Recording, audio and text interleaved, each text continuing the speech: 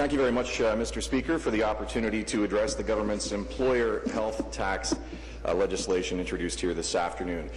I'd like to first point out that it was our government, a PC government, who first introduced the employer health tax exemption as a way to assist small businesses in this province by reducing their overall tax burden. But what we've seen since that was done was the amount of tax that businesses are paying increase exponentially.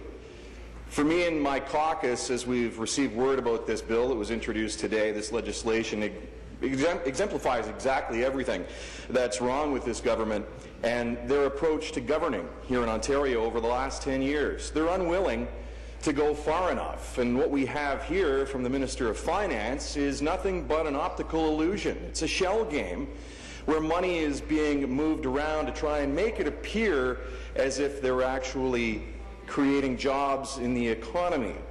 They're unwilling to go far enough to take the decisive action that's needed to provide real tax relief for businesses in Ontario. It's more tinkering around the edges by this government, and it's not going to do anything to solve the jobs crisis in Ontario and get the nearly 600,000 men and women who woke up this morning in Ontario without a job back to work.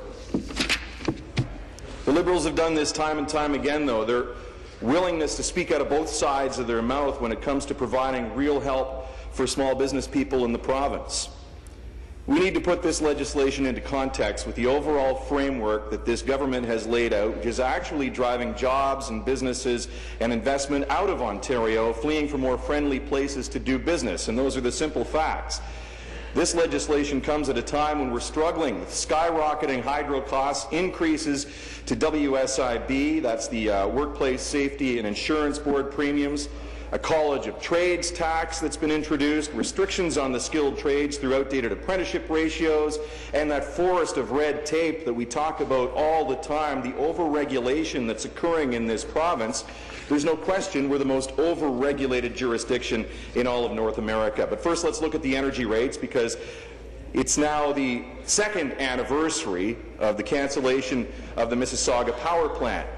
Ontario's industrial electricity rates are now the second highest in North America. The Global Adjustment Charge, Speaker, which is simply this government's catch-all for the misdeeds and mistakes that they've made in the energy file, including the power plant cancellations, hit a record high this past month.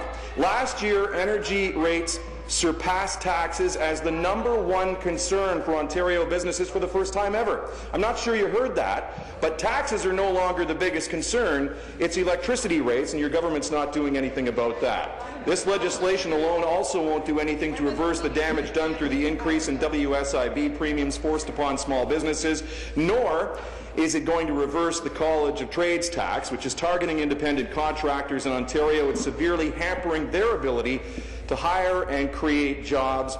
And for some, it's actually killing their opportunity to stay in business at all.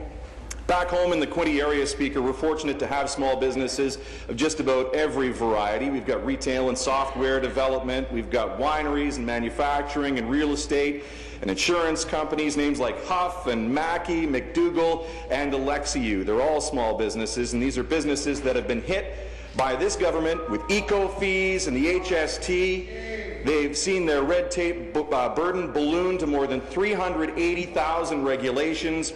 What needs to be stressed is that the economic problems facing our small businesses are much bigger than the effects simply of the EHT, or the employee health tax.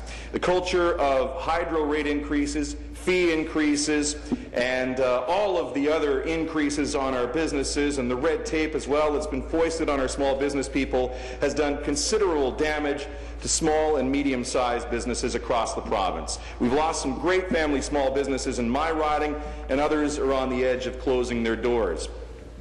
Only the PC caucus has a real plan to put people back to work in Ontario, to restore economic growth and bring us back to our rightful place as the economic engine of Confederation. Only we have a plan to free businesses from the tax and regulatory burden that this government has placed upon them so they can invest and actually create jobs in Ontario. This legislation is more proof This government simply isn't capable of taking the decisive action needed to get our province turned around and headed in the right direction. Thank you, Mr. Speaker. Excellent.